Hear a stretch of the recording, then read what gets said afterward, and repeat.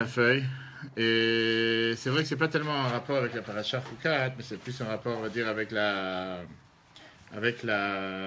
C'est la paracha Foukat aussi, c'est aussi surtout sur le fait que cette semaine nous avons appris le décès de trois personnages importants. Nous avons appris le décès d'Aaron, le décès de Myriam, et surtout la punition, si on peut dire, que Moshe il a reçue du fait qu'il n'est pas rentré en Israël. D'accord? La question qui est demandée. Bonsoir. Tiens, je vais passer par là. La question qui est demandée, on voit que dans la Torah, elle fait une différence. La Torah, elle fait une différence entre le, comment on appelle ça, entre la manière comment le peuple juif a suivi le décès de Moshe, comment le peuple juif a suivi le décès de Aaron. D'accord? On parle bien sûr suite à la semaine dernière, celui qui a vu la vidéo qu'on a envoyée début de la semaine, très intéressant, sur est-ce que c'était une punition ou une malédiction. Je vais poser des questions, pas besoin d'être, comment on appelle ça, de 7 heures. C'est très intéressant parce que tous les commentateurs parlent sur le fait est-ce que c'était vraiment une punition ou une malédiction, si on prend le sens simple ou pas le sens simple. Mais là, on sait qu'après 40 ans, arrive le moment qu'il doit rentrer en Israël, et Dieu dit à Moshe et à Aaron qu'ils ne rentreront pas en Israël à cause de ces mêmes rivats, ces soi-disant eaux de discorde, du fait qu'ils ont parlé, qu'ils ont frappé le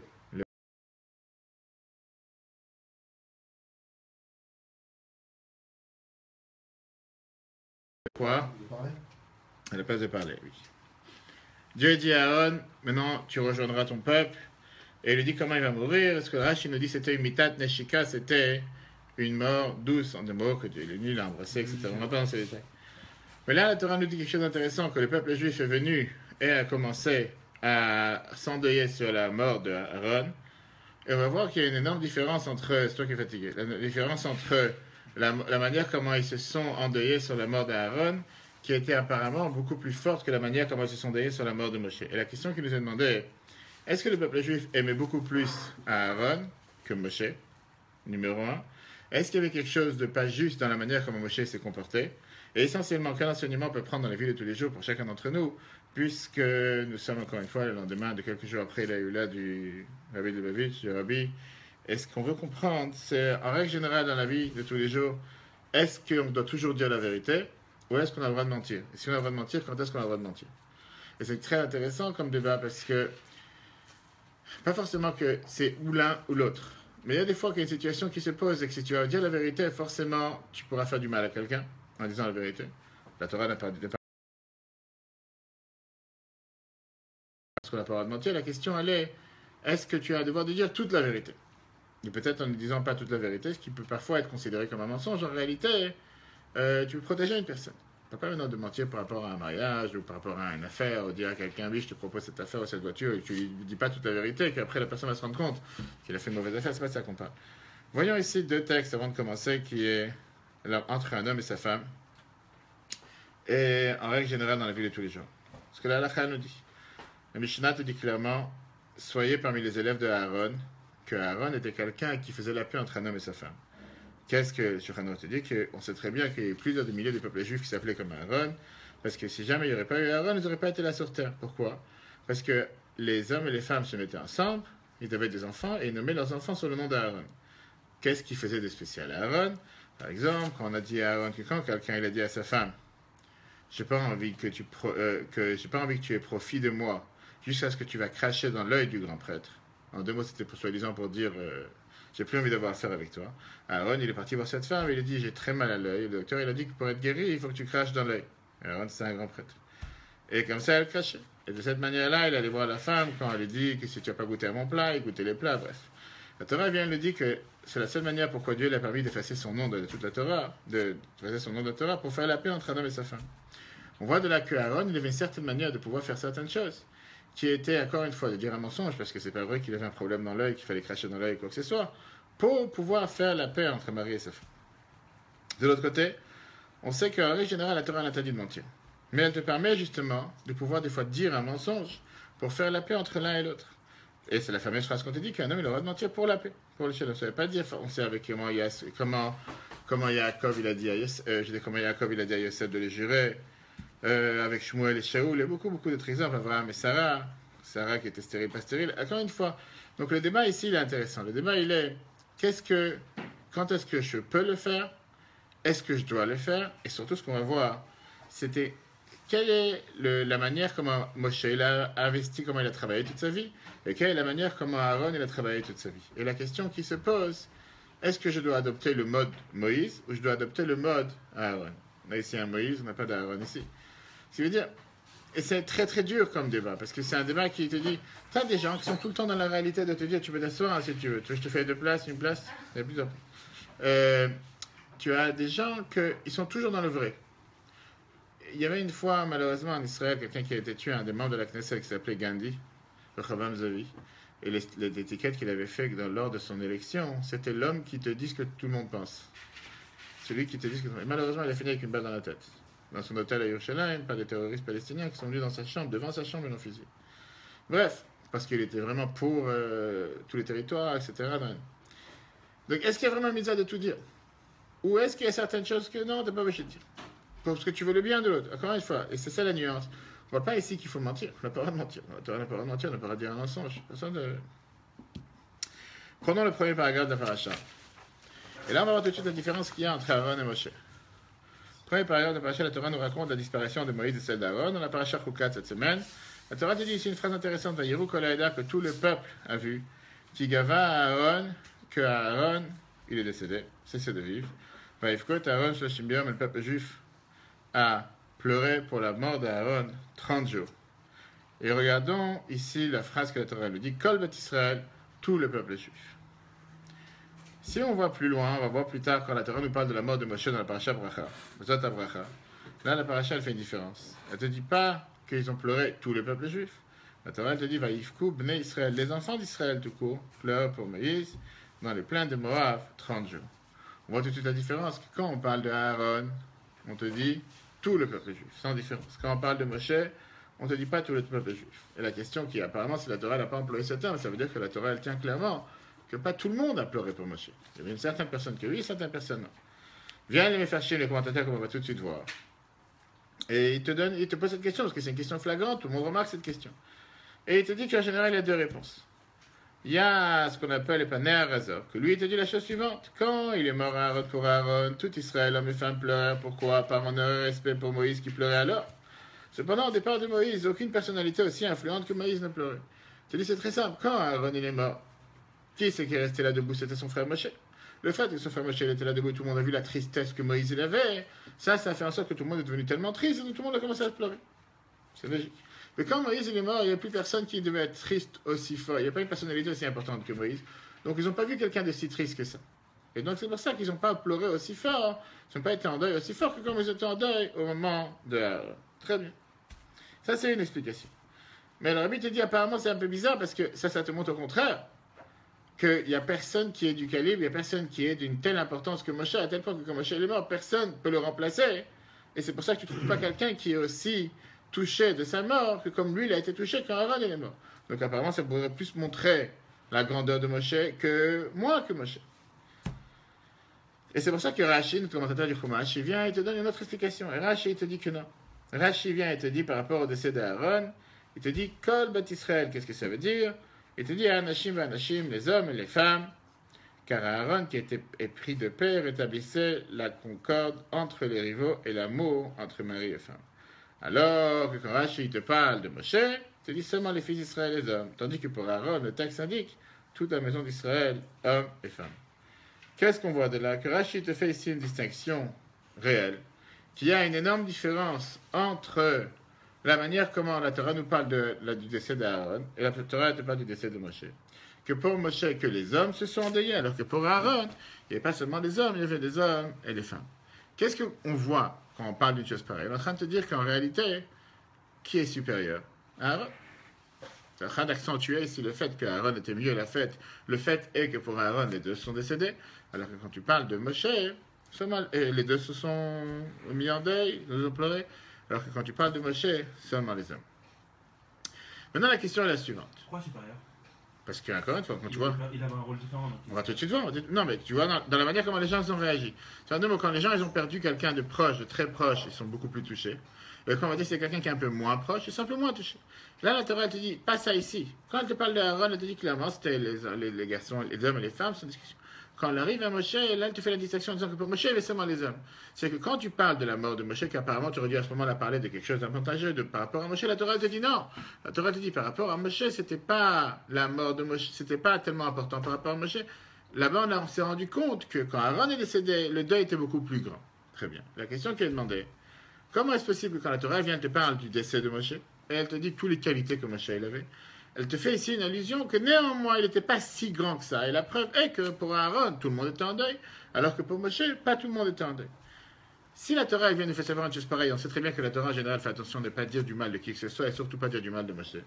La Torah vient ici te dire qu'il y a ici, au moment de la mort de Moshe, une qualité spéciale qui Moshe n'avait pas, que Aaron avait. C'est pas forcément que je suis en train de parler du mal de Moshe. Je ne parle pas du mal de Moshe, mais je suis en train de te dire qu'il y avait ici quelque chose de particulier au moment du décès de Aaron, qui ne s'est pas exprimé lors du décès de Moshe. C'est ça qu'on veut savoir quelle est la différence. Sans minimiser la qualité de Moshe, que quand même on voit par la manière et la réaction comme le peuple juif a réagi à la mort de Moshe et à la mort d'Aaron, qu'il y a certainement ici une différence. Pour comprendre ça, il faut d'abord réfléchir à ce qu'on vient de dire. On a dit que Aaron, la qualité suprême, était quoi? C'est qu'il faisait en sorte qu'il y avait la paix entre les êtres, qu'il faisait en sorte qu'il y avait la paix entre les hommes et les femmes. Ça veut dire que quand on dit que c'est Aaron qui fait une chose pareille, Moshe ne le faisait pas. C'est ce que je comprends. Quand tu dis que c'est Aaron qui fait une... Ça veut dire que Moshe, lui, c'est pas celui qui a amené la paix entre les êtres. C'est faux. On va montrer plusieurs preuves. Soit plusieurs Gmarot. On a ces 4 Gmarot qui sont listés dans le discours du Rabbi. Et dans ces 4 Gmarot, on est en train de te montrer comme quoi la Torah elle-même te décrit que Aaron, que Moshe et Aaron, il était aussi quelqu'un qui aimait le peuple juif. Prenons d'abord la première Gemara, la Gemara Menachot. La Gemara Menachot, page 65, chapitre 3, elle te dit clairement que Moïse aimait fort le peuple Israël. À tel point que la Torah l'appelle Aohev Israël. Il aimait le peuple juif tout court. Prends la Gemara Eruvin. La Gemara Eruvin qui vient et qui nous dit que qu'est-ce que Moshe s'occupait à enseigner la Torah. C'est pas qu'il enseignait à une certaine catégorie et après leur disait débrouillez-vous. Il est parti enseigner aux anciens, après aux érudits, et après il est parti enseigner à tout le peuple. Il n'avait pas de distinction. Tu ne veux pas dire que c'était quelqu'un qui était déconnecté du peuple, qui était détaché du peuple, qui était dans son coin, et que le peuple n'avait pas vraiment contact avec lui, contrairement à Aaron, et c'est pour ça qu'ils n'ont pas été en Orient. Regarde ce que la Gemara a dit. Comment s'est passé l'enseignement? Moïse étudiait d'abord chez Dieu, ensuite il enseignait à Aaron, puis à ses enfants, puis aux anciens, puis Moïse enseignait au peuple entier. Donc il avait vraiment un contact avec tout le peuple juif. Pas seulement qu'il avait un contact avec tout le peuple juif, il avait un contact avec les gens les plus saints, pas seulement les gens les plus élevés, mais même les gens les plus saints.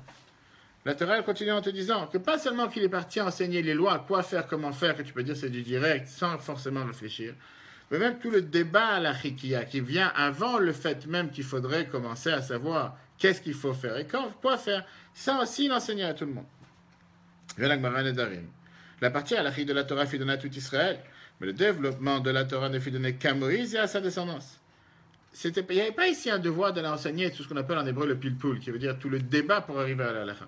À la rigueur, l'essentiel c'est quoi? L'essentiel c'est de dire qu'est-ce qu'il faut faire.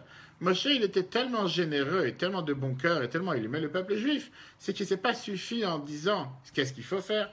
Mais comme la Torah nous dit que Moshe s'est considéré avec Tovain, plusieurs fois on dit que Moshe il avait un bon œil, pas seulement qu'il avait un bon cœur, et il est parti, il a enseigné au peuple juif toute la Torah, pas seulement les lois, quoi faire, mais il est parti enseigner aussi tous les détails jusqu'à les plus grands débats. Comment on est arrivé? Il faut être un rabbin dans une synagogue qui va te donner un cours et il va te dire, tu sais quoi, première des choses que tu veux savoir quoi faire, comment faire. Oui, non, permis, interdit, tu peux pas. Pourquoi? Comment? Laisse-toi tranquille, il n'y a pas le temps. Si tu veux, on va s'asseoir un jour après, on n'a pas le temps maintenant. Moshe, ça ne suffisait pas à t'enseigner tous les détails, il est venu en même temps, même pas seulement se suffit de te donner tous les détails, mais il est venu aussi à te donner les débats, comment on arrive à ces détails, alors qu'il n'avait pas besoin de le faire. Non, moi, il a fait parce que c'est quelqu'un qui avait un bon cœur et il aimait les autres. Et il voulait que les autres puissent comprendre ce qu'il est en train de faire. Ça, c'est ce que Moshe voulait faire. D'accord? C'est le troisième point. Donc là, on a vu plusieurs choses. D'abord, on a vu que la Torah te dit tout court que Moshe, c'est quelqu'un qui aimait le peuple juif. Deuxièmement, on te dit qu'à part ça, le fait qu'il aimait le peuple juif, c'est aussi quelqu'un qui nourrissait le peuple juif avec la Torah. On lui a enseigné toute la Torah. Et il ne s'est pas suffi à leur enseigner seulement avec, on va dire, une manière supérieure des choses ou la qualité suprême pour l'élite. Il est parti enseigner à tout le peuple juif sans différence. Pas seulement qu'il est parti leur enseigner la Torah, il est parti aussi leur enseigner dans tous les détails avec tous les débats. C'est-à-dire vraiment, tu vois, de quelqu'un qui a donné de sa personne, pas juste j'ai fait mon job et je m'en vais. Sans limite, sans compter. Et là, on a encore un point important que la Gemara Ta'anit nous raconte. La Gemara Ta'anit te dit Israël a eu 3 bons fournisseurs qui lui donnaient 3 cadeaux. Moïse a donné la manne, Aaron il a donné les nuées et Myriam a donné le puits. C'est ce qui s'est passé malheureusement, ce qu'on a perdu cette semaine. Le fait qu'Aaron est décédé, donc il n'y a plus les nuées de gloire. Le fait que Myriam est décédée, il n'y a plus le pluie. Et là, lorsque Myriam disparut, le pluie s'en alla et revint grâce à qui? Grâce au mérite de Moïse et Aaron. Mais malheureusement, Aaron il est décédé cette semaine, alors qu'Aaron est disparu, les nuées disparurent, mais tout revint grâce au mérite de Moïse. Qu'est-ce qu'on est en train de voir de là?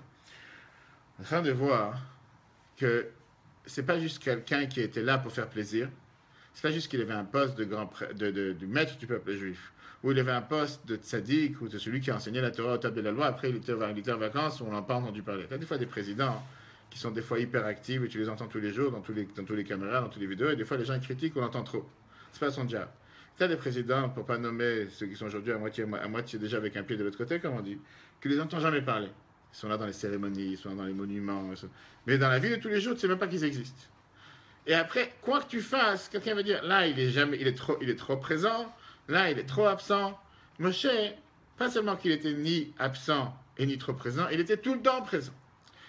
C'est-à-dire, il n'y a pas ici une phase, il n'y a pas ici un domaine du peuple juif dans lequel Moshe dit, c'est pas mon job. Tu veux de la viande, tu as de la viande. C'était le boucher. On a vu l'argument qu'il a dit à Dieu. Il dit quoi? Avec tout ce qu'on a vu depuis le Mont Sinaï, tout ce qu'on a vu depuis les 10 plaies.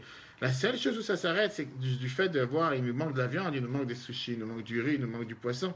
Il n'y a rien d'autre dans la tête. Et néanmoins, il s'en a occupé. C'est pas qu'il a dit, il a eu cet argument pour être contre eux. Il s'en a aussi occupé. Quand c'est venu à enseigner la Torah, il s'en a également occupé. Quand c'est venu à défendre les fauteurs du peuple juif, il s'en a aussi occupé. Il n'y a pas quelque chose vraiment dans lequel tu peux montrer que Moïse, il a réagi d'une manière que non. Cette chose, c'est pour moi, le reste, je n'ai pas besoin de m'en occuper. En 2 mots, il s'est sali les mains partout. Il a agi partout, pour tous, sans limite, sans distinction. Donc, si Moshe, c'était un tellement bon personnage, c'est vraiment quelqu'un qui s'est donné pour le peuple juif à temps plein, pas seulement à temps plein, mais pour tout, matériellement, spirituellement. Comment se fait-il que tout d'un coup, quand la personne décède, tu dis, il y a un manque. On va dire, si pour Aaron, tout le peuple juif s'est mis à pleurer, les hommes et les femmes, quand arrive Moshe, tout d'un coup, on te dit non. Là, c'est fini. Il n'y a que les hommes, pas les femmes. Les femmes, ils n'avaient pas affaire avec Moshe. Ils n'étaient pas en contact avec lui. Ils n'ont pas entendu parler. Ils ne savent pas si c'est cette personne. Alors, pourquoi une telle différence? Pourquoi quand Aaron, il décède, tout le monde, sans limite? Pourquoi quand Moshe décède, tout d'un coup, il y a une différence? Quelle est la réponse?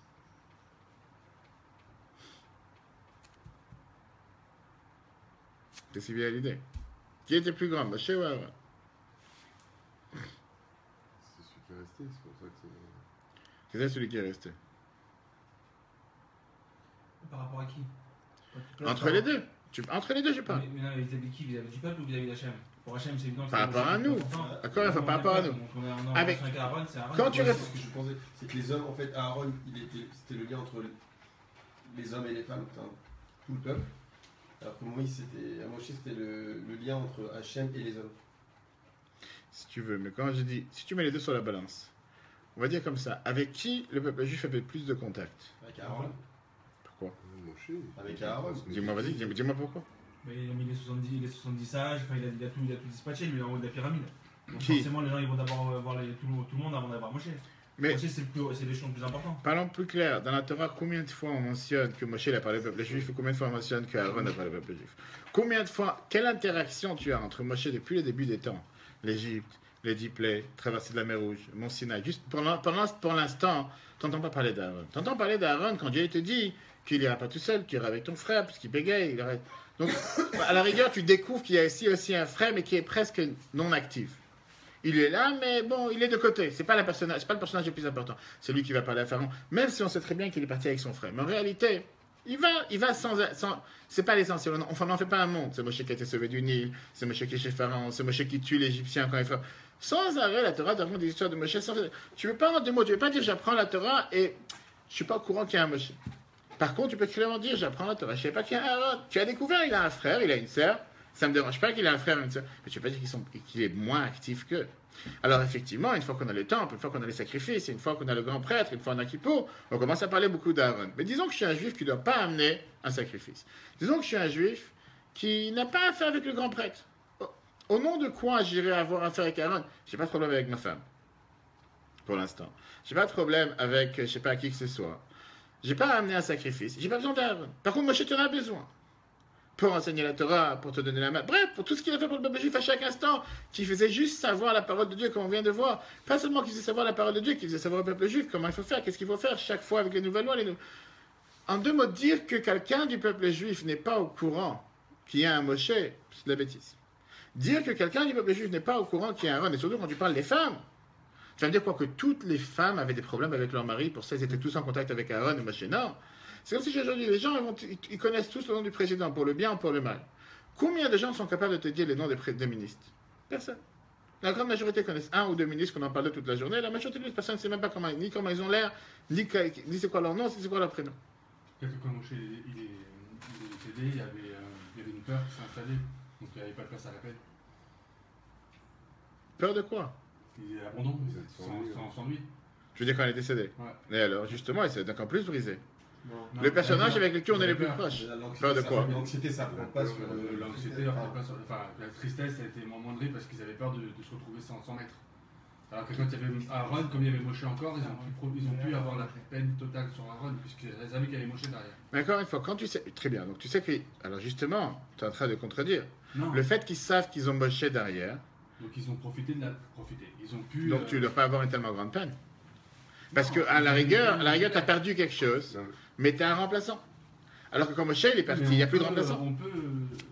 On peut avoir de la peine pour Aaron parce que derrière, il n'y a pas d'autres choses qui pourraient influencer comme la peur de se retrouver sans personne. Et Aaron, il était remplacé. Ouais, il était remplacé. Alors que Moshe était remplaçable. Donc forcément, quand il était là, il est irremplaçable. Il est irremplaçable. Nous, alors. Donc il y avait la peur de se retrouver sans maître. Et donc, pour ça, tu as le droit d'être en deuil.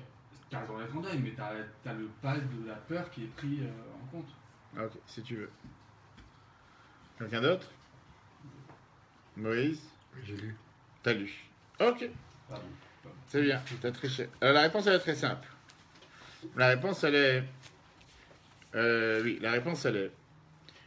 qu'il y avait une énorme différence dans la manière comment Aaron se comportait et comment Moshe se comportait. Comme on l'a dit tout à l'heure. Les deux agissaient pour faire la paix envers le peuple juif, sans différence. On va faire la différence entre l'un et l'autre. La différence, c'est la manière comment ils employaient leur fonction pour faire en sorte qu'il y ait la paix entre l'un et l'autre. Et la Gemara te dit, basé sur la fameuse phrase qu'on a vue au départ, qu'on a le droit de changer, on n'a pas dit qu'on a le droit de mentir, on a le droit de changer pour faire la paix, pour la vérité. Et donc, Moshe, par définition, la Torah te dit, Moshe émet le Torah émet. Moshe, c'est quelqu'un qui représente la vérité. Et puisqu'il représente la vérité, il ne pouvait même pas changer, même si c'est pour faire la paix, il ne peut pas changer, on va dire, un iota ou quoi que ce soit de la vérité. La vérité, il n'y a que la vérité, il n'y a rien qui change. Alors que quand tu parles de Aaron, il était capable de faire un changement pour la vérité, mais surtout pour amener la paix. Et qui avait raison? Pour amener la paix entre les gens. Il n'y a pas ici qui a raison, c'est deux manières d'agir. Mais ce qu'on va voir à la fin, justement, on va voir à la fin la différence est que pour Aaron, il y avait une beaucoup plus grande appréciation que par rapport à Moshe. Parce que pas tout le monde est capable de supporter la vérité. Il y a des fois que peut-être c'est la vérité, mais tu n'es pas obligé de le dire. Tu vas dire à ta femme ce soir, je suis très énervé parce que tu as fait ci, ça c'était pas bon, ça c'est mauvais, ça la chambre elle est... Bref, tu vas commencer à dire tellement d'arguments. C'est pas forcément qu'elle va pouvoir le prendre. Parce que tu sais pas ce qui s'est passé dans sa tête la journée, comment elle a pu préparer à manger, comment elle s'occuper des enfants. Et si tu vas lui dire toute la vérité, peut-être tu vas lui faire mal. Alors que si tu vas dire la moitié de la vérité, je ne pas dire qu'il faut mentir. Mais si tu vas pas dire toute la vérité, peut-être qu'elle va être heureuse. Et peut-être elle n'est pas non plus bête pour se rendre compte qu'il y a quelque chose qui ne va pas. Mais le fait qu'elle n'était pas obligée de le dire, elle va le prendre de manière plus sympa. Moshe ne parle pas de faire une chose pareille. Pour Moshe, c'était toute la vérité, tout le temps, direct. Il n'y a pas à tourner en rond. Et alors tu vas dire parce que c'était sa personnalité. Mais néanmoins, c'est ça qui a fait qu'au final, tu as eu cette différence d'appréciation envers Moshe et la différence d'appréciation envers Aaron. On n'est pas en train de dire maintenant qui c'est qui est plus important ou moins important. Il n'y a pas ici de plus ou moins important. On parle de la manière comment le peuple juif a réagi. Si tu as un prof en classe, qu'à chaque fois que tu fais la moindre bêtise, il vient et te dit ça va pas, tu vas pas réussir, tu vas attendre, moi strict à 100%, et presque jamais aucun compliment. Tu vas dire oui, il veut mon bien parce qu'il veut que j'avance, etc.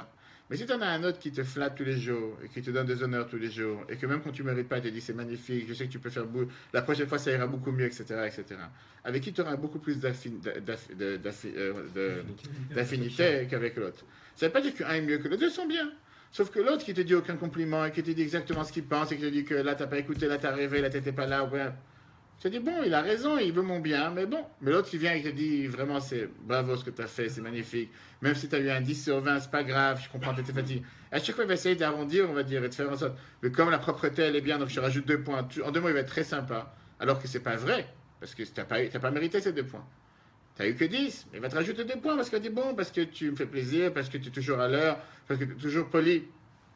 Nous, il va faire en sorte de te donner des encouragements pour la prochaine fois. Automatiquement, tu vas être beaucoup plus proche que lui.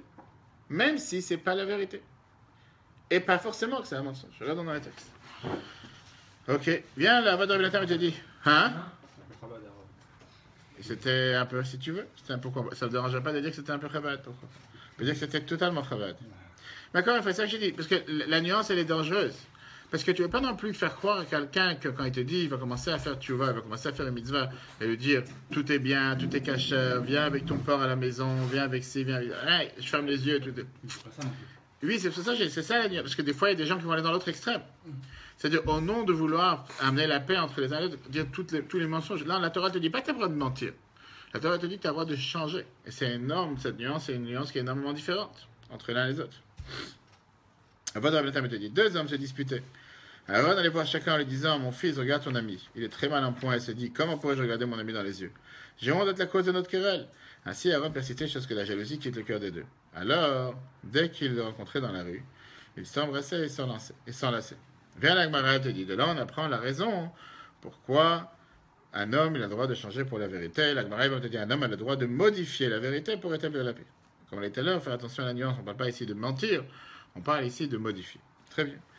Viens le Midrash et il te dit, ça c'est la différence entre Aaron et Moshe. Aaron, c'était la bonté, ça représentait la bonté. Alors que Moïse, c'était seulement la vérité et rien d'autre. Très bien. La question qui est demandée, c'est une question très simple. C'est quelle Torah qui t'a dit que tu as le droit de changer pour amener la paix? En un mot, modifier la vérité. C'est la Torah qui l'a dit. Moshe, il ne croit pas dans sa propre Torah. Moshe, il te donne la Torah et te dit que dans la Torah, c'est écrit que tu as le droit de changer pour amener la vérité, que tu as le droit de changer pour amener la paix, et tu as le droit de changer la vérité. Pourquoi il ne s'applique pas cette règle pour lui-même? Il aurait dû s'appliquer cette règle lui-même. Si c'est la Torah qui le dit, Moshe aurait dû en profiter le premier. Tu as une dérogation à la loi. C'est qui a fait cette dérogation? C'est le ministre.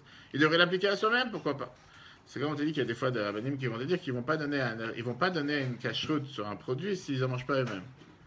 Qu'est-ce que ça veut dire? Tu donnes une cacheroute à un produit, tu dis c'est bon pour toi, il va pour moi. Si tu ne crois pas à ce que tu donnes, si tu y crois, ben, tu as qu'à manger aussi. Tu ne vas pas dire non, j'ai la cacheroute pour toi parce que toi tu es light, mais moi je suis pas. Ça ne marche pas. Si la Torah te donne cette dérogation, applique-la toi-même. Pourquoi Moshe n'a pas appliqué cette dérogation pour lui-même? Moshe parle à Dieu, c'est pas pareil. Je ne parle pas quand il parle à Dieu, je parle quand il parle au peuple juif. Non, mais comme il parle à Dieu, il s'est séparé de sa femme, il était vraiment. Très bien, on a dit tout à l'heure qu'au final, il a aussi fait la paix avec le peuple juif. Il a aussi aimé le peuple juif. Mais il n'a pas fait de la manière d'Aaron. Ça, voilà, Très bien. Très bien, pourquoi pas? Si c'est lui-même qui t'enseigne que dans la Torah, tu as cette permission, tu as cette possibilité de pouvoir le faire, fais-le. Pourquoi il ne te donne pas cette possibilité? Il te dit que la Torah te dit clairement que tu as le droit de changer de la vérité, modifier la vérité pour amener la paix. La Torah, elle le dit. C'est qui te l'a enseigné? C'est Moshe. Fais-le toi-même aussi. Pourquoi dans la vie de tous les jours, il n'a pas mis ça en place? Regarde dans le 5. Moshe disait la vérité? Oui, 100%. Et c'est ça le problème. Le problème, c'est puisqu'il disait la vérité, automatiquement, les gens n'ont pas pris de la même manière qu'ils auraient pris Aaron. Aaron aussi disait la vérité, sauf modifié, comme j'ai dit tout à l'heure. C'est comme si le fameux débat, on en parlera si Dieu veut après Tisha B'Av, le fameux débat qu'il y a dans la Gemara avec qu'est-ce qu'on doit dire à une mariée le jour de son mariage. Le fameux débat entre Beth Shammai et Beth Hillel. Très long débat, très intéressant, la Bible parle de ça des heures. Non, est-ce que tu dois lui dire qu'elle est vraiment belle? Ou est-ce que si elle est moche, tu dois lui dire qu'elle est moche? Et c'est un débat Beth Shammai et Beth Hillel. Il y a un qui te dit, même si elle est boiteuse, même si elle est aveugle, tu dis qu'est-ce que tu es magnifique. Pourquoi? Parce qu'elle est magnifique pour son mari. Au final, son mari l'a choisi. Très bien. Il y en a un qui te dit, non, si elle est boiteuse, elle est moche. Tu dis, qu'est-ce que tu es moche? Mais est-ce que tu as un devoir de lui dire qu'elle est moche? Ça, c'est un débat prêché avec Hillel. Mais la différence, elle est, encore une fois, qu'est-ce que tu vas gagner en lui disant qu'elle est moche? Je ne sais pas qu'est-ce que tu vas gagner. Ou s'il va te dire, est-ce que tu aimes ma robe? Tu vas dire, non, j'aime pas. Mais qu'est-ce que tu as fait? Tu l'as mis mal à l'aise. L'autre, il va dire, est-ce que tu aimes ma robe? Il dit, oui, j'ai jamais vu une robe aussi belle. T'as menti? T'as pas menti, parce que pour elle, c'est la plus belle robe. La preuve, elle est que si elle aurait eu quelque chose de mieux, elle aurait mis quelque chose de mieux. Et c'est un débat constant qui est qu'est-ce que tu dois faire et comment tu dois réagir en fonction, face à, je répète, on ne peut pas de mentir, faire en sorte que la personne soit en paix, faire en sorte que la personne soit heureuse, est-ce que tu dois dire toute la vérité ou bien tu dois modifier la vérité? Juste une question. Quand Myriam est décédée, l'eau s'est arrêtée. Quand Aaron il est parti, la nuée s'est arrêtée. Oui. Est-ce qu'ils n'ont pas dit maintenant on a plus d'eau, on a plus de nuée et quand Moshe il a tout ramené, il n'y a pas aussi une différence par rapport à ça? Par rapport à ce qu'eux apportaient? Une elle apporte l'eau, l'autre il apporte la nuée. Moshe il ramène tout. Donc au final il se dit bon, Moshe même quand il part, il y aura peut-être encore tout qui va continuer, on va rien perdre. Ce que tu dis, c'est intéressant, mais je dis, c'est avoir la mémoire courte. La personne qui insulte du matin jusqu'au soir, la personne qui ne peut pas le supporter du matin jusqu'au soir, la personne qui sont tellement contre lui, la personne qui ne peut pas le sentir, tout d'un coup, les autres ils partent et se disent heureusement qu'il y a Moshe parce qu'il est là pour nous sauver. Justement, ça te montre qu'une fois que Moshe est décédé, qu'ils ont tout perdu, ça vient montrer comment Moshe est beaucoup plus important que les autres. Aaron il est parti, Myriam est parti, et qui c'est qui a tout ramené? Moshe. Donc combien ils auraient dû être tellement beaucoup plus attristés du fait de la perte de Moshe que la perte des autres? Parce qu'à la rigueur, Myriam elle est partie, tu peux te demander la question, Myriam elle est partie, alors bon elle est partie, c'est pas la fin.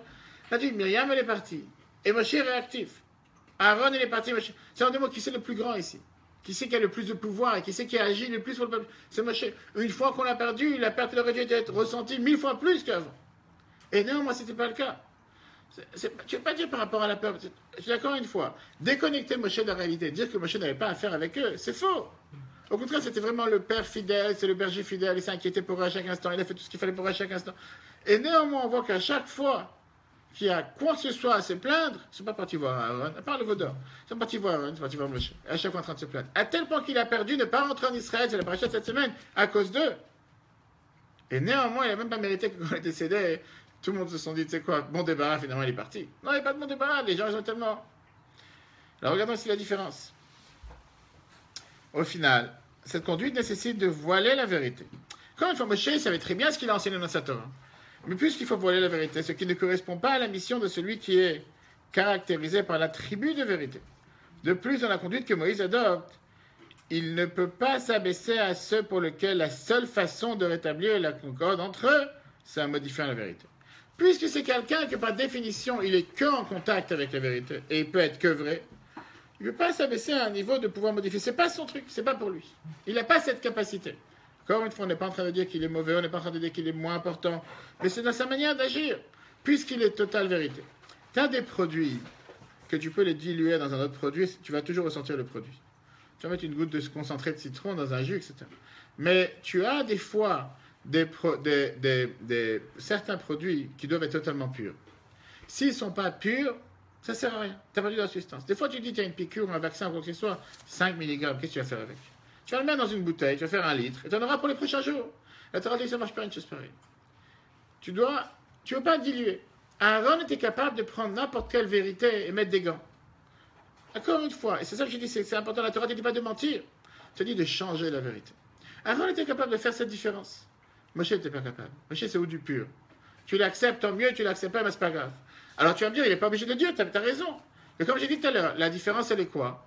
Que pour un, il va se sentir beaucoup plus proche d'Aaron, alors que l'autre, il se sentit un peu moins proche. Ça, c'était par rapport à Moïse. Maintenant, cette différence, et cela permet de t'expliquer ici que là, ici, tu as une énorme différence, parce qu'au final, tu as un avantage dans les deux. Tu as un avantage dans la manière comment Aaron, il se comporte, et tu as un avantage dans la manière comment Moïse se comporte. Quand tu prends la manière de Aaron, de Moshe, c'est d'être fidèle à la vérité. Je ne peux pas bouger de la vérité. Je ne peux pas te dire que ta robe elle est belle si ta robe elle est moche. Je ne peux pas te dire que, je sais pas, tu t'es bien maquillée quand je sais que tu es... Non, j'aime pas. Tu me demandes, est-ce que je suis belle? Non, tu n'es pas belle. C'est Beth Shammai qu'on a vu tout à l'heure.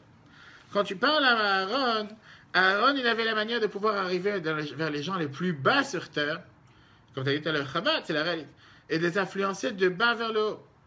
Alors que Moshe, c'est du haut vers le bas. Moshe, c'est celui qui a reçu la Torah du ciel qui est descendu vers nous. Aaron était capable de recevoir la personne la plus basse et lui dire, mais c'est magnifique ce que tu fais. C'est énorme. Alors que quelqu'un d'à côté dit, mais t'as pas honte de dire à quelqu'un qui fait une simple mitzvah, de dire que c'est énorme. C'est une bêtise. Aaron lui dit, qui t'a demandé de regarder sur les bêtises? Regarde sur la mitzvah qu'il est en train de faire. Ce qu'il a dit, c'est vrai, c'est la manière comment Chabad en fait. Moshe était la manière, c'est pas qu'il est en train de dire que l'autre c'est une saleté. Il est en train de lui dire, t'as fait une mitzvah, mais qu'est-ce qu'il y a? T'es loin du compte. C'est assez bien, t'as fait une mitzvah, qu'est-ce que c'est pas la fin du monde, t'as encore beaucoup à faire. Il n'a pas dit du mal, mais il t'a pas non plus donné du courage, ou de l'encouragement pour dire, ah, puisque j'ai fait un effort, c'est magnifique. C'est quand tu vas faire un régime, quand tu arrêtes de fumer, t'en as un qui va dire, qu'est-ce que tu crois? T'as fait un régime? Qu'est-ce que t'as déjà fait? parce que tu as arrêté de manger 3 gâteaux par jour, ça y est, tu crois déjà que tu as fait un exploit. Le jour où tu auras perdu 50 kilos, on en parlera. C'est sûr que la personne n'a pas forcément du courage. Quelqu'un qui revient chez le docteur 2 semaines après, il dit j'ai perdu 500 grammes. Il dit mais c'est énorme, tu vois que tu es capable de le faire. Alors continue. Moshe, il te dit que tu te moques de moi 500 grammes. Le jour où tu perds 40 kilos, on en parle. Les deux, c'est deux manières de... Alors tu en as un qui a besoin de cette manière, tu en as un qui est obligé de passer par là, tu en as un que si tu ne le dis pas, ça vaut rien, il va se contenter qu'il a perdu 500 grammes. Tu en as un autre que si tu ne l'encourages pas parce qu'il a perdu 500 grammes, il ne va pas continuer. C'est exactement la même chose. Mais Moshe n'était pas capable de, on va pas dire de jouer le jeu, Moshe n'était pas capable d'agir d'une manière de te dire mais c'est énorme, tu as perdu 500 grammes. Je dis c'est bien, et alors? Tu n'as rien fait encore, avance. Voilà la différence. Dans le 6. Vérité et bonté de qualités différentes. La qualité de la démarche de Moïse est qu'il ne dévie aucunement de la vérité. La qualité de la démarche d'Aaron est de pouvoir atteindre même celui qui est très bas, pour lequel tu es obligé de modifier de la vérité. Parce que si tu ne vas pas mettre des gants, et si tu ne vas pas faire en sorte de pouvoir modifier la vérité, en demandant de ne pas lui dire exactement ce que tu penses, automatiquement, il ne va jamais avancer, il ne va jamais faire quoi que ce soit. Et tu ne pourras jamais atteindre la paix. Comment tu veux qu'Aaron, il va voir la personne, c'est sa mari ou sa femme, ou l'un et l'autre, il dit, tu sais quoi, l'autre, il ne se sent pas vraiment mal. L'autre, il n'en a rien à faire de ta tête. Tu es contre lui, ben tant pis pour toi. Mais moi, je te conseille, parce que la Torah, elle veut que tu sois en paix avec lui, va faire la paix. Et merci, ça, il n'en a rien à faire de ma tête, c'est tranquille. Il est obligé de modifier en disant, l'autre, il se sent tellement mal à l'aise du fait que tu fais pas, du fait que tu n'es pas bien avec lui. Et pour ça, il va se dire, alors, il faudrait que j'arrange, pareil avec l'autre. Et au final, il gagnait dans l'affaire. Il a fait en sorte que les gens se mettaient ensemble. Attends, juste un truc, c'est quoi le lien alors entre Aaron, homme-femme, et Moshe qui est les hommes? Aaron, On n'a pas fini. D'accord? Ça, c'est à la fin. On verra ça à la fin. 7. Maintenant, on va comprendre la raison pourquoi, quand la Torah nous parle du décès de Moshe, qui n'est pas cette semaine, mais qui est à la fin de la Torah, dans le Bracha, elle nous parle de la qualité qu'il y a eu chez Aaron. Moshe, pendant toute sa vie, il était occupé avec le peuple juif. Mais il conduisait le peuple juif selon sa manière. Sa manière qui veut dire la Milad Emet, la tribu de vérité. Une fois qu'il est arrivé à partir de ce monde, une fois qu'il a complété tout son travail qu'il avait à faire sur terre, là, il a commencé à faire un bilan. Qu'est-ce que j'ai fait sur terre? Et là, en faisant le bilan, il s'est rendu compte que peut-être il aurait dû agir comme son frère Aaron. Torah nous dit, comme la Gemara te raconte avec Rabbi Yochanan ben Zakkai, qu'avant de partir de ce monde, il a dit, il y a deux manières, il y a le chemin du Gan Eden et le chemin du Gehinnom, et je ne sais pas de quelle manière dans quel chemin Dieu va m'emmener. Apparemment, comment tu as dit quand Rabbi Yochanan ben Zakkai peut dire une chose pareille? Viens, la Gemara t'explique que puisque toute sa vie il était occupé à agir, il n'avait pas le temps à faire un bilan, de dire où est ma place dans le paradis. Quand il a fini sa mission, là, il commence à regarder est-ce que c'était bien, parce que comme un architecte qui a construit un bâtiment, il voit le bâtiment fini. Il commence, lui seul peut te dire les failles qu'il y a eu dans le bâtiment. Cette pierre, il n'est pas où il fallait le mur, il n'est pas où il fallait l'auteur. Alors que quelqu'un qui voit de l'extérieur dit c'est magnifique, regarde ce que tu viens de construire. Lui qui l'a construit en lui-même, lui il regarde tous les problèmes qu'il y a dans ce bâtiment, c'est exactement la même chose. Pareil avec Moshe. Quand il a fini sa mission sur terre, Moshe il a commencé à internaliser, à comprendre la qualité du travail de son frère. En disant, c'est pour ça que la Torah te dit, dans le décès de Moshe, que seulement le peuple juif est décédé. Pardon, le peuple juif s'est plaint. Pas tout le peuple juif. Apparemment qu'on était là. Quel était le but? Quel est le but qu'au moment que Moshe il parle de ce monde, tu dois dire, tu sais, pas tout le monde a été en deuil pour lui. Laisse tranquille, il vient de mourir. Laisse-le en paix. Non, la Torah vient de faire dire que Moshe il a compris qu'il y avait quelque chose qui n'était pas exact. Peut-être qu'il aurait dû faire différemment. Et sa mission elle est finie. Mais viens, la Torah te fait allusion que Moshe il a compris la qualité du travail de son frère. Que son frère n'était pas quelqu'un qui allait avec la vérité tout le temps, mais que son frère était capable de, pas de mettre de l'eau dans la vérité, mais de modifier pour faire plaisir aux autres. Et là, il s'est rendu compte, voilà la vérité. Et c'est pour ça que la Torah le dit quand on parle du décès de Moïse. Pas pour parler du mal de Moïse. Pour dire qu'à la fin de sa vie, Moshe, il a compris la qualité de qu'est-ce que c'était le travail d'Aaron. On va voir la différence entre les hommes et les femmes. Regardons dans le 7. Au cours de la vie de Moïse, alors qu'il était préoccupé à accomplir sa mission dans ce monde, il s'assurait de faire en sorte que chaque action qu'il fasse correspond à son attribut, qui veut dire la vérité. Cependant, lorsque vint le jour où il termina sa mission dans ce monde, va bientôt monter en haut, alors vint le moment de reconnaître la qualité de la démarche d'Aaron qui apporte la paix à chaque juif. Il s'est dit, peut-être j'aurais dû agir différemment, j'aurais pas dû agir de la manière comment j'ai agi jusqu'à présent. Viens la Gemara, elle te dit, c'est exactement la même chose qui s'est passé avec Rabbi Yochanan ben Zakkai. Rabbi Yochanan ben Zakkai, peu avant sa mort, se mit à pleurer et a dit à ses élèves, deux chemins vont se présenter à moi. L'un menant au paradis, l'autre menant à l'enfer. Je ne sais pas dans quel chemin va-t-on me mener. Alors comment je vais pas pleurer? Comme on l'a dit tout à l'heure, comment il peut dire une chose pareille? Parce que durant toute sa vie, il était tellement occupé à faire ce qu'il doit faire.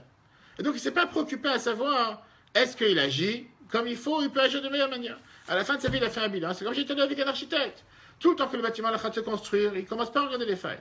Une fois que tu vois le bâtiment qui est en train de finir de se construire, qui s'est fini de construire, il a dit, tu sais quoi? Il manque 2 cm pour que la voiture rentre dans le garage. Et sur les plans, c'était écrit. Et je connais des bâtiments aujourd'hui qui ont des choses pareilles. Non, et tu as des gens que des fois tu te dis, et tu peux plus rien faire, tu peux plus rien modifier, tu peux plus rien changer, t'as pas la possibilité de changer.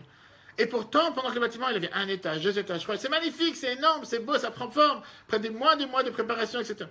Arrive la finale, fais l'inauguration, et tu rentres avec la voiture, ça rentre pas. Mais comment est-ce possible? Il y avait 10 cm de plus. Et combien de fois, quand tu construis quelque chose, j'ai vu ça avec le Betrabat, avec le Mikvé, tout est au top. Et quand ça se construit, tu penses même pas à penser. Et tout d'un coup, tu vois qu'au final, il te manque 3 cm. Où ils sont passés ces 3 cm? Sur les plans, tout a été calculé avant de mettre le ciment après. Il manque 3 cm. Alors, tu vas dire, bon, qu'est-ce que j'en ai à faire? Mais, alors c'est sûr que quand c'est dans une pièce, c'est pas la fin du monde. Il te manque 3 cm pour mettre un lit. Mais quand quelqu'un il te calcule au centimètre près, que là j'aurai un lit de telle taille, un lit de telle taille, là j'aurai une table, là j'aurai ci. Au final, tu vois que le lit passe pas par la porte. Pourquoi ça passe pas par la porte? Dans les plans, ça devait passer. Oui, il y a ce qui est dans les plans, il y a ce qui est dans la réalité. Ça, c'est quelque chose que tu peux te rendre compte seulement dans les plans finis. Parce que quand tout le temps tu es sur l'ordinateur, tu t'amuses avec ce que tu veux. Tu mets la souris par là, tu rajoutes, tu mets la ligne en haut, la ligne en haut. C'est facile. Tout est autocalculé. Sur les plans, c'est magnifique. Une fois que tu arrives au plan final, une fois que tu arrives à la structure finale, tu vois l'édifice final, là tu commences à te dire, tu sais quoi, il y a quelque chose qui ne va pas. Mais tu n'as pas le choix de détruire le bâtiment, c'est fini, tu vas commencer à tout détruire. C'est pareil avec Moshe. Voilà, ça c'est ce qu'on a vu par rapport avec Rabbi Yochanan ben Zakkai, exactement la même chose. La question qui est, la Torah te dit que comment tu reconnais quelque chose qui est vrai quand quelque chose ne change jamais. Quelque chose qui change n'est pas vrai. Là, je parle avec les fameuses Naharot, les fameuses fleuves, que tous les 7 ans ils s'asséchaient. Que c'est ce qu'on appelle clairement quelque chose qui est un mensonge. Parce que quelque chose de vrai ne peut pas changer. Quelque chose qui change n'est pas forcément vrai. Tu ne veux pas un jour être bien, un jour pas bien. Bien sûr qu'on a tous nos défauts, on a tous nos... Mais en réalité, tu as des fois quelqu'un, si le matin, tu fais un régime. Tu ne veux pas dire, au matin je commence le régime, l'après-midi j'arrête. Demain matin je recommence, l'après-midi j'arrête. C'est pas un régime. Décide-toi de faire un régime. Peu importe la manière que tu as décidé. Mais fais-le tout le temps. Tu ne veux pas un jour oui, un jour non, un jour oui, un jour non. La question qui est demandée ici, Moshe, c'est quoi sa définition toute la vie? On a dit que Moshe est vrai, la Torah est vrai. Moshe a décidé toute sa vie d'aller avec la vérité, d'agir avec la vérité. Mais qu'est-ce qui se passe? À la fin de sa vie, il décide que j'ai raté ma vie. À la fin de sa vie, il décide que c'était pas le bon chemin. Si Moshe, c'est quelqu'un que par définition, il agit seulement avec la vérité, vas-y jusqu'au bout. Crois dans tout ce que tu fais jusqu'au bout, sans changer. Pourquoi tout d'un coup arrive à la fin de sa vie, là, tout d'un coup, il commence à réaliser que peut-être j'aurais dû faire comme Aaron. La réaction du peuple. Mais il n'est pas encore mort. La réaction du peuple, c'est après qu'il est mort. Ah ben, quand il n'a pas réalisé à ce moment-là, une fois qu'il... C'est la Torah te dit pourquoi on a mis ça avant de mourir. Avant de mourir, il a réalisé justement. C'est pour ça que la Torah te fait cette différence. C'est bilan, quoi. Mais justement, comment tu le fais? Encore une fois, quand tu prends l'exemple de l'architecte, tant pis pour toi, il te manque 5 cm, il te manque 5 cm, tu ne peux pas changer. Mais quand Moshe, il est garanti et il sait exactement que ça, c'est ce qu'il fallait faire, et c'est comme ça qu'il agit toute sa vie, parce qu'il te dit qu'il peut agir qu'avec la vérité, parce qu'il ne peut pas mélanger dans la vérité, il ne peut pas modifier la vérité. Pourquoi tout d'un coup, tu arrives, tu es dans la maison de repos maintenant à 110 ans, en train de fumer une pipe, tout d'un coup, tu réfléchis que tu as fait une erreur. Qu'est-ce qu'il y a? C'est Moshe. Il sait que toute sa vie, c'est comme ça qu'il fallait agir, c'est comme ça qu'il agit. Pourquoi tout d'un coup, il devrait changer? Viens la Chassidut, ça t'explique, c'est très intéressant, que encore une fois, la différence du manière comment Moshe devait travailler, comment Aaron y travaillait, c'est que Moshe, son but, c'était de descendre la Torah sur terre. En 2 mots, de venir du haut vers le bas. Et c'est comme si j'allais te dire que quand tu fais construire un bâtiment, et tu as cette fameuse benne de ciment qui arrive, celui qui est dans le camion en train d'appuyer sur le bouton pour faire descendre le ciment, lui, il n'en a rien à faire de ce que c'est quoi tes quotas, c'est quoi les centimètres que tu as. Lui, là, il appuie, il commence à t'envoyer le ciment qui coule, et si c'est un ciment liquide ou moins liquide, lui, il sait ce que tu as commandé. Tu as commandé le ciment, plus de cailloux, moins de cailloux, plus liquide, moins liquide. Lui, il appuie sur le bouton. On m'a dit de venir de livrer ici, je sais pas, 10 kilos, 100 kilos, 50 kilos, peu importe, ça, c'est ce que je livre. C'est à toi de décider où tu veux le mettre. Celui qui est en bas dans le bâtiment, dans l'étage, peu importe, c'est à lui de guider où il faut mettre le ciment. Moshe, il était là d'en haut. Moi, je viens, je te livre le ciment, je te donne la Torah. Moi, je viens, je te donne ce que Dieu a demandé. Et je te la donne comme elle est, on va dire, nue, comme elle est brute, comme elle est non diluée, comme elle est non mélangée, comme elle est non modifiée. Ça, c'est la Torah que j'ai reçue de Dieu. Il n'y a pas ici à mettre des gants ni quoi que ce soit. Bien sûr que de cette manière-là, pas tout le monde est capable de prendre.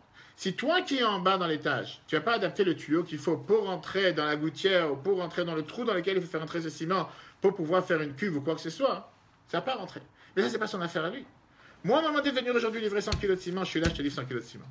T'es pas content, je repars. Il regrette quoi de ne pas avoir modifié le message de Dieu, tu vois? On va arriver après.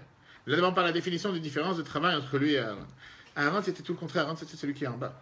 C'est comme si je te dis, tu as les grandes grues qui viennent et qui s'élèvent. Des fois, tu vois, ils sont en train de prendre quelque chose, je ne sais pas combien ça pèse, des tonnes et des tonnes, avec un fil. Lui, celui qui est en haut, donc, qui est perché en haut, il n'a aucune idée ni quoi faire, comment faire. L'autre, il lui fait des signes, il ne peut même pas parler parce qu'ils sont tellement là, il fait des signes avec. Il lui dit, vas-y, bouge par là, mets-la ici. Lui, c'est pas ce que tu veux faire avec. Lui, on lui a dit, tu es là, tu dois lever ce qu'il y a par terre dans le camion et tu mets sur le 10e étage. C'est à celui qui est en bas de réagir. Tu ne pourras pas lui dire que c'est de sa faute parce que ça a été mal placé. Moi, j'ai fait ce que tu m'as dit. Tu m'as dit, je mets dans cet étage, dans cette chambre. J'ai mis dans cet étage, dans cette chambre. Quand on m'a dit de verser le ciment, j'ai versé le ciment. Tu m'as dit, c'est bon, je lance. Une fois que tu lances, tu ne peux pas faire marche arrière. Tu peux pas absorber encore une fois. Ça, c'est Moshe. Moshe vient et te donne la Torah qui vient du ciel vers la terre. Il fait descendre la Torah du niveau le plus élevé au niveau le moins élevé. Maintenant, c'est à toi de ta réception pour le recevoir. Si tu n'es pas mon récipient, si à la place de la recevoir dans une cuve en bois, tu as mis un truc en plastique. Bien sûr que le ciment, ça pèse lourd, et sur le moment, ça a l'air sympa, mais que c'est des cailloux et du ciment, etc., ça commence à déformer le mur en plastique, ça tombe. Tu n'as pas préparé le récipient comme il fallait. Aaron, son travail, c'était de préparer le récipient comme il fallait du bas. Et pour pouvoir préparer le récipient du bas comme il fallait, il devait l'adapter pour pouvoir le recevoir. Et par la force des choses, pour pouvoir l'adapter, tu devais le faire en sorte que ça dépend. Qu'est-ce que tu vas faire avec? Est-ce que c'est pour faire un mur? Est-ce que c'est pour faire un parterre? Est-ce qu'il faut mettre tel grillage? Est-ce qu'il ne faut pas mettre tel grillage? Est-ce qu'il faut mettre tant de cailloux? Il ne faut pas mettre tant de cailloux? Et c'est à lui de décider. C'est pas un Moshe de savoir une chose pareille. Ça, c'est la différence de manière comment les deux ont agi. Pourquoi Moshe l'a regretté? Une seconde, on n'a pas fini. Qu'est-ce qui s'est passé au décès de Moshe?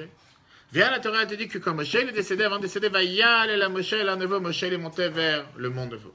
Mais la Chassidut t'explique, qu'est-ce que ça veut dire il est monté le mont Nevo?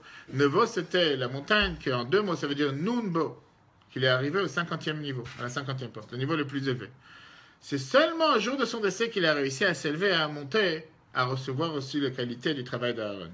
Toute sa vie, il agissait d'une manière de descendre du haut vers le bas. Arrive à la fin, avant de partir de ce monde, une fois qu'avant de quitter de ce monde, une fois avant de partir de ce monde. Là, il a commencé à monter de niveau, mais il est monté d'un niveau de telle manière que là, il a commencé à prendre en compte, pas seulement son travail, mais il a pris aussi en compte le travail de son frère. Il a eu les deux qualités ensemble. Mais ça, c'était juste le jour dans lequel il s'est élevé au niveau le plus extrême, au niveau le plus élevé. Et alors, à ce moment-là, c'est la raison pour laquelle, puisque c'est seulement ce dernier jour qu'il a pu adapter, qu'il a pu comprendre et qu'il a pu intégrer le travail de son frère, automatiquement, c'est seulement ce jour-là qu'il a réalisé que la meilleure manière aurait dû être d'agir comme son frère. Sauf que le problème est qu'il est à la fin de sa vie, quand le bâtiment il est construit. Il a avoué que c'était comme ça. La Torah te dit, le fait qu'on a fait cette allusion, ça veut dire que la Torah est en train de te dire que là, il a compris. C'est pas qu'il a regretté. Il a compris qu'il aurait dû aussi intégrer la deuxième qualité. Maintenant, la question elle est à l'inverse. La question. C'est pas si tu fais pareil, soit tu fais pas pareil. Je dis encore une fois, le bâtiment maintenant il est construit. Toi, en tant qu'architecte, tu viens et tu vois que la chambre elle est construite. Toi seul, tu sais qu'il te manque 3-5 cm. Personne ne le sait. Je te demande maintenant, qu'est-ce que tu aurais dû faire? Qu'est-ce que tu aurais dû faire? Sur les plans, c'était écrit 40 par 40. Tout était à la lettre. Les employés ont suivi tout à la lettre. Il y avait pas une raison sur terre pourquoi ça devait changer. Mais toi, à l'intérieur de toi-même, tu vois, tu n'es pas content. Le carrelage, il n'est pas droit. Il manque ici 3 cm. Personne sur terre est au courant de tout ça. Mais toi, si tu es sincère avec toi-même, tu sais, par les erreurs qui se sont passées maintenant, qu'est-ce que tu devrais faire par rapport à la prochaine fois? Pourquoi tu sais? Parce que il y a bien quelque chose qui ne marche pas. Le fait qu'il manque ici 3 cm, le fait qu'il manque ici, je ne sais pas, un calage qui est... Il y a quelque chose qui ne va pas. Quelqu'un qui vient de la rue, qui vient de voir le bâtiment pour la première fois, il n'est pas au courant de tout ça. Il dit, mais qu'est-ce que c'est magnifique cette construction, qu'est-ce que c'est... Et il n'y a rien de mal.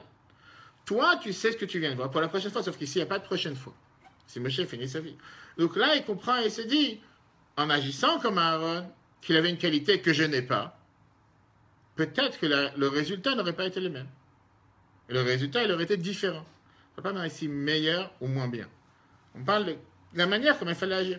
Alors moi, la question que je te pose est différente. Et si on aurait eu 2 personnes qui auraient agi comme Aaron, il y aurait eu un mal? Pas forcément. Parce qu'on comprend ici, pas forcément. Et c'est d'ailleurs l'enseignement qu'on va voir à la fin, comment le Rabbi nous enseigne, comment chacun d'entre nous, puisque la Torah ne te dit pas, soyez parmi les élèves de Moshe. La Torah, elle te dit, soyez parmi les élèves d'Aaron. Pourquoi vous avez un devoir d'être comme Aaron et pas comme Moshe? Parce qu'au final, agir comme Moshe, c'est Moshe était capable. Comme il était là, Moshe parlait avec Dieu en direct, Moshe était celui qui parlait avec Dieu, Moshe était à un niveau supérieur. On ne discute pas. Personne n'est en train de dire que c'était quelqu'un de mauvais. Mais si tu me demandes quel chemin je dois choisir dans la vie, la Mishnah elle te dit, soyez parmi les élèves d'Aaron. Elle ne te dit pas, soyez parmi les élèves de Moshe. Pas parce que, en te disant, soyez parmi les élèves d'Aaron, ça veut dire que Moshe il est tordu. Il n'est pas tordu.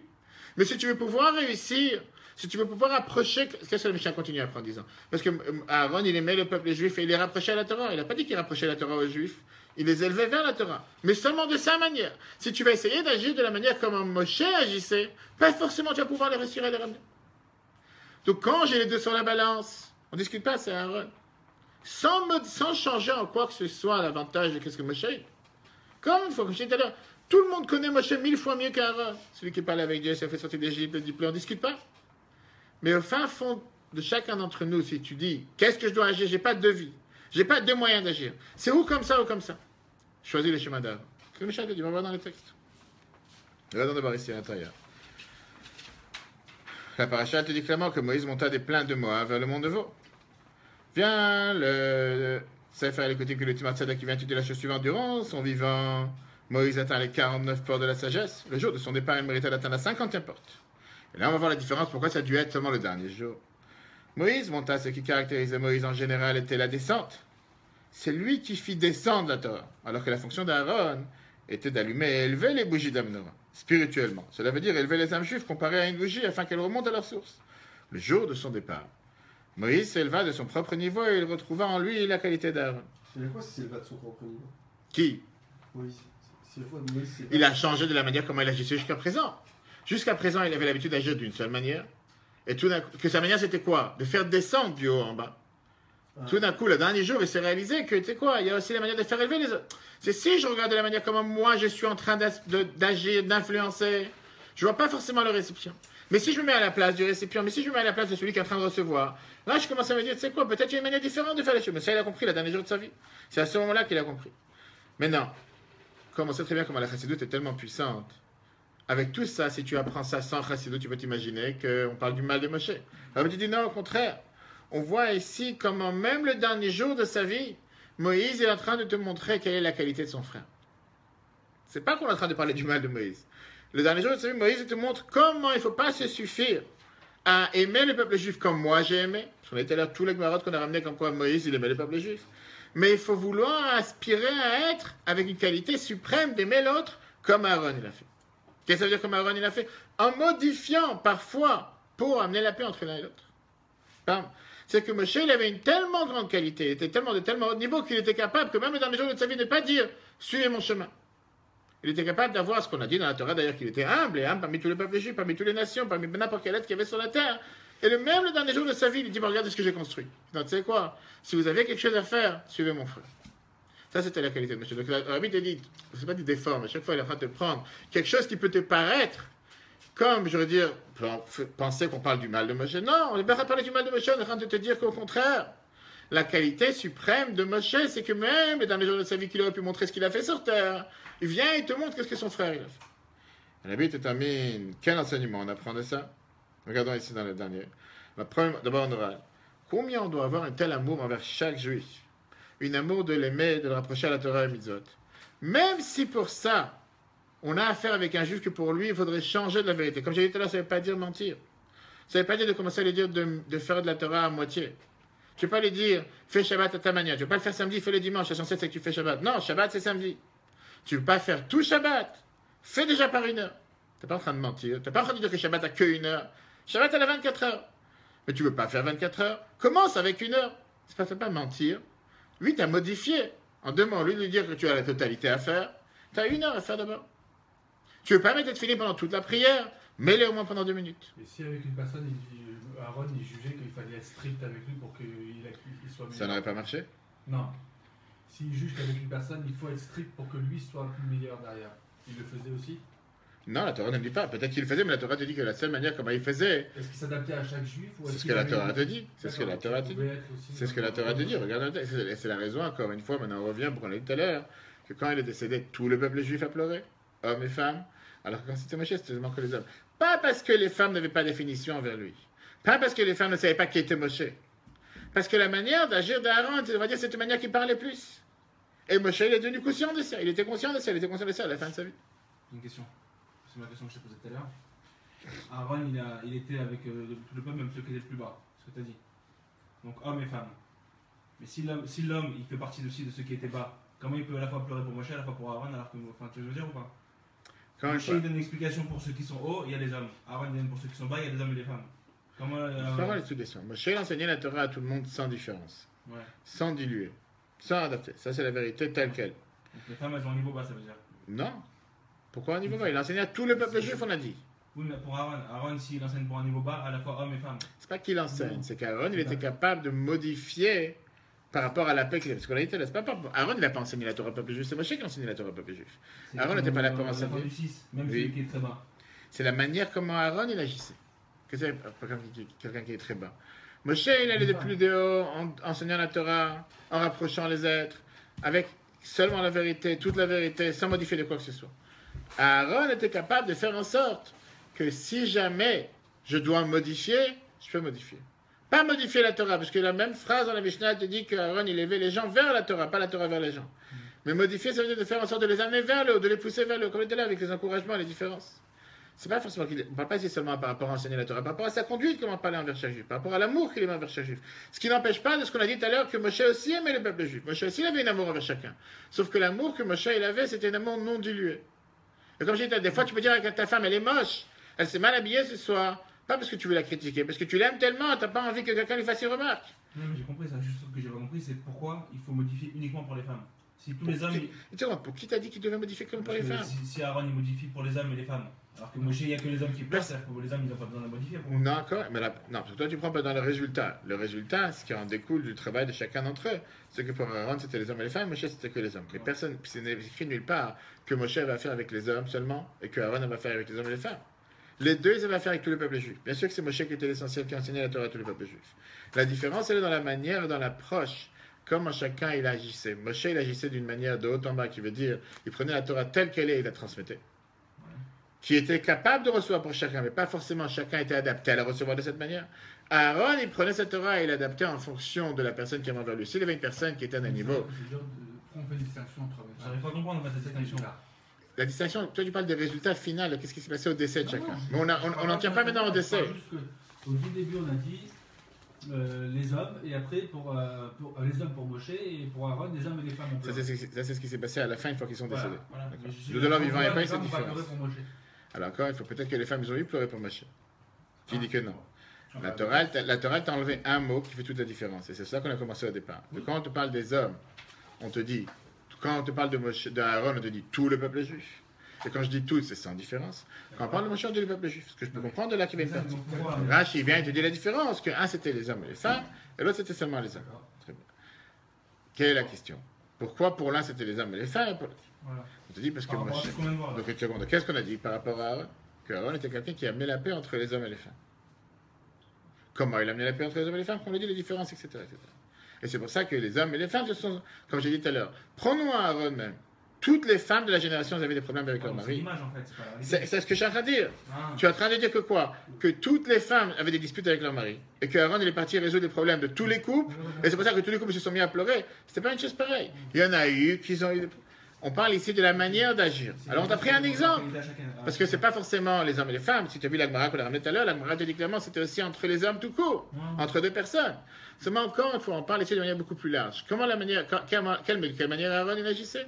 Quelle manière Moshe il agissait? Envers tout le monde. Maintenant, comme j'ai dit, est-ce qu'on pense vraiment, parce que la Torah ne dit pas tout le peuple juif, et Rachid te dit que c'est seulement les hommes. Ça veut dire que les femmes n'ont pas pleuré, elles sont en train de rigoler, en train de faire des barbecues, en train de faire des grillades, parce que Moshe il est mort. Non, mais la Torah va essayer de te montrer la différence de la conception des choses, comment Moshe il a compris à la fin de son temps, et comment Aaron il a compris.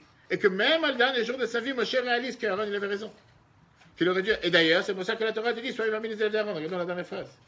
C'est ça qu'on avait dit à la fin, dans les versets traitant de son départ. Moïse lui-même témoigne la qualité d'Aaron. Afin qu'Israël apprenne, le peuple juif apprenne à quel point l'amour du prochain doit être entendu. À quel point cet amour doit être profond. Qu'est-ce que ça veut dire doit être profond? Que si des fois je dois forcément devoir changer de la vérité, je dois les changer. Pas prendre la qualité de comment Moshe s'est comporté. Je dois changer de la vérité. Pourquoi? Pour pouvoir les élever vers la Torah. Et si je change de la vérité pour les élever vers la Torah, je vais gagner qu'ils vont beaucoup plus se rapprocher. Ça se peut qu'après, je n'ai plus besoin de modifier. Parce que comme j'ai dit tout à l'heure, tu dis à quelqu'un de commencer à faire 24 heures Shabbat, il ne va pas le faire. Parce qu'il n'a jamais fait. Il n'a jamais appris. Tu commences à apprendre les valeurs de Shabbat. Commence avec 1 heure. Le jour où il va apprendre les valeurs de Shabbat, il va faire 24 heures. Mais si tu dis non, ça ne marche pas une chose pareille. Si tu vas aller avec la vérité tout court, tu demandes Shabbat, c'est quoi? 24 heures. Je ne peux pas faire 24 heures. Ben, tant pis pour toi. Tant pis pour toi, il ne va jamais faire. Ça, c'est la différence des deux approches. Par rapport à laquelle cette année, à laquelle il y a l'amour du prochain en aidant les Juifs à entrer dans leur temple de manière spirituelle. Ça, c'est aussi le devoir de laquelle, sans différence de l'un envers l'autre. Je pense que c'est vraiment riche. Alors, c'est vrai que c'est pas la paracha de cette semaine, parce que la moitié, c'est la paracha de Vezot Abracha, on parle du décès de Moshe, mais néanmoins, c'est la différence que le Rabbi te fait entre la paracha de cette semaine et la paracha de Vezot Abracha, dans laquelle on te parle de comment Aaron agissait, comment on doit agir. Alors, pour répondre à la question principale, est-ce qu'on doit choisir la vérité ou la bonté? La bonté. Oui, mais est-ce que ça veut dire pas forcément... Quand tu réponds la bonté, ça veut dire qu'il ne faut pas dire la vérité. Pas seulement c'est les bandes de il ne faut pas oublier, il ne faut pas essayer de mentir. Parce que mentir, c'est interdit. Mais comme on dit, on parle ici que tu n'as pas forcément le devoir à dire toute la vérité. Et tu as le droit d'échanger. Si tu sais que grâce à ça, la personne va pouvoir s'améliorer, va pouvoir avancer, etc. Tu en as comme Moshe qui n'était pas capable d'arriver à une telle situation. La semaine prochaine, on va parler... Non, pas capable. Hein. C'est dur à dire pas capable. Pas capable, je parle du terme accord, une fois comme je l'ai dit tout à l'heure, tu as certains produits que tu veuilles ou pas, si tu le dilues dans quoi que ce soit, tu tues le produit. Tu es obligé de le garder pur. Tu ne veux pas commencer à diluer dans quoi que ce soit. Aaron était capable de prendre n'importe quel produit et le diluer. D'accord, il faut chacun sa manière comment il agit sur terre. C'est d'ailleurs la raison pourquoi. D'accord, prenons un exemple. Aaron serait parti dans les ciels. Et Moshe va rester en bas. Est-ce que tu penses un instant que Moshe aurait fait un vaudor?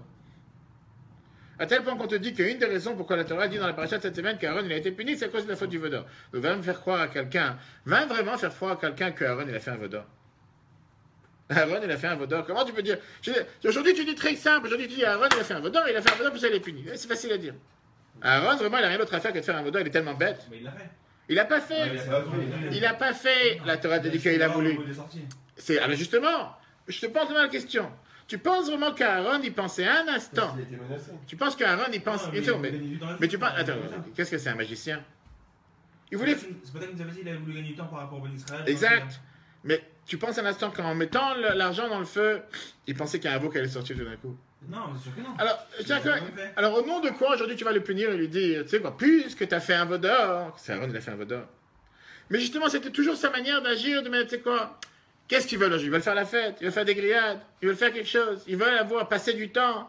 Je vais tout faire pour essayer de les aider dans leur manière d'agir, tout en sachant que c'est pas forcément la meilleure manière de faire. S'ils auraient eu confiance en Dieu, il n'y a pas à craindre, Moshe a dit je reviens. Mais comme il savait très bien qu'il a affaire ici avec des gens qui sont plus que casse-tête, et sont plus juifs que juifs, et qui sont toujours en train de râler, qui sont avec tout ce qu'ils ont vu, ils ne sont pas contents. Il essayait ce qu'on appelle en hébreu la lechet likretam. Ça veut dire aller vers eux. Qu'est-ce que ça veut dire aller vers eux? Ça veut dire aller faire en sorte, tu sais quoi? C'est pas grave. On va jouer le jeu. Mais il savait très bien. Alors, tu as après les deux manières de prendre les choses. Tu prends la manière du sens simple. Oui, c'est de ta faute. Il n'avait qu'à pas jouer avec le feu. Tu as joué avec le feu, c'est sorti un vaudor. Mais on sait très bien que comme on apprend la Torah, il n'y a pas seulement le sens simple. Tu as le sens profond. Tu ne peux pas venir aujourd'hui et dire que Aaron c'était un tel tordu que la seule chose qu'il a pu faire, c'est faire un vaudor, pour ça il doit être puni. Et pour ça que la Torah te dit que c'est Dieu qui est venu le faire partir de ce monde, c'est Dieu qui est venu l'embrasser. On ne peut pas le réduire à rien. Alors oui, dans le sens simple, on te dit qu'il est fautif. Bien sûr qu'il est fautif. Il est fautif parce qu'il n'aurait pas dû jouer avec ce jeu. Mais est-ce que tu penses un instant qu'Aaron pensait qu'il avait affaire avec des gens si tordus que ça? Mais ce que j'ai dit, prenons le différent que Moshe n'a pas fait. Très bien. Et Moshe, de l'autre côté, tu as affaire avec les plus pires personnes du peuple juif. Datan et Aviram, on a vu la semaine dernière, que sans arrêt, sont en train de se plaindre. Et à chaque fois, ils prennent leur défense. Si Moshe est tout le temps dans la vérité, il n'aurait jamais dû prendre en défense. Depuis le départ, il aurait dû leur dire, t'as fait une faute, tu payes. Tu t'es révolté contre Dieu, tu meurs. Tu es parti avec les explorateurs, tu as parlé du mal, il n'y a pas d'espoir. Et à chaque fois, il prend... Donc tu vois bien que Moshe aussi, il était en train de le défendre. Moshe aussi, il n'était pas avec cette bonté. Mais c'était une bonté qui était par rapport à quoi? Parce que c'est sa mission sur terre. Et il est là pour sauver le peuple juif, et il est là pour agir envers le peuple juif.